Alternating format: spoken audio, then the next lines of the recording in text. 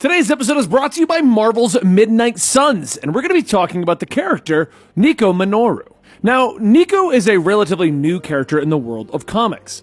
She's only been around for about 19 years, which actually isn't that long if you look at the history of Marvel Comics. However, this character has already appeared in live action, and she'll soon be making an appearance in Marvel's Midnight Suns. She's got a little bit of a cult following due to her appearances, so let's have a look at her history. Now, Nico has proven herself to be a powerful hero that stands by her friends, regardless of the world that she grew up in. Created by Brian K. Vaughan and Adrian Alphona, Nico first appeared in Runaways issue number 1 in 2003, which was a series designed to bring in new and younger readers. The daughter of two supervillains, it was quickly discovered that Nico has access to magical powers.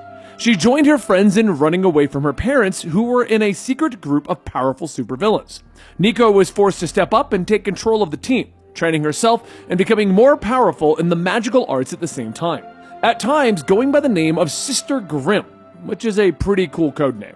She would go on to become a member of the A-Force and take part in some of the major Marvel Universe events, including Secret Invasion, Secret Wars, and Civil War II.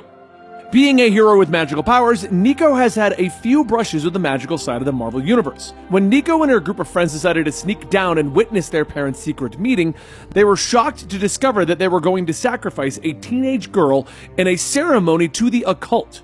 Nico and the others decided to run away, slowly learning about their parents' lives as supervillains and how each of them have strange powers. Nico discovered that her parents are evil wizards and that she has inherited their magical abilities. She's forced to fight her mother, who tries to kill her with a Staff of One, a magical staff that allows her to channel her power. But Nico mysteriously absorbs the staff into her chest, learning that the Staff of One appears when she draws blood from her body, and that she's able to use the magic within it. Though she is unable to repeat a spell more than once at the beginning.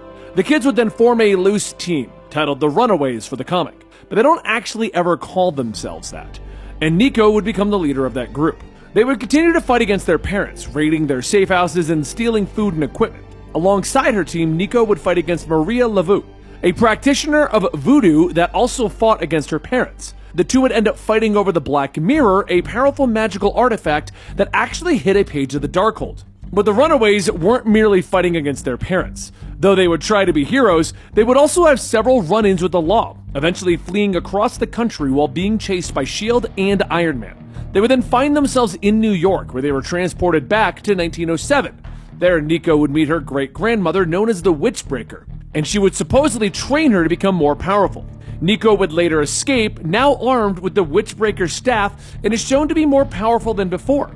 During the Secret Invasion event, the Runaways would fight alongside the Young Avengers, with Nico leading the team.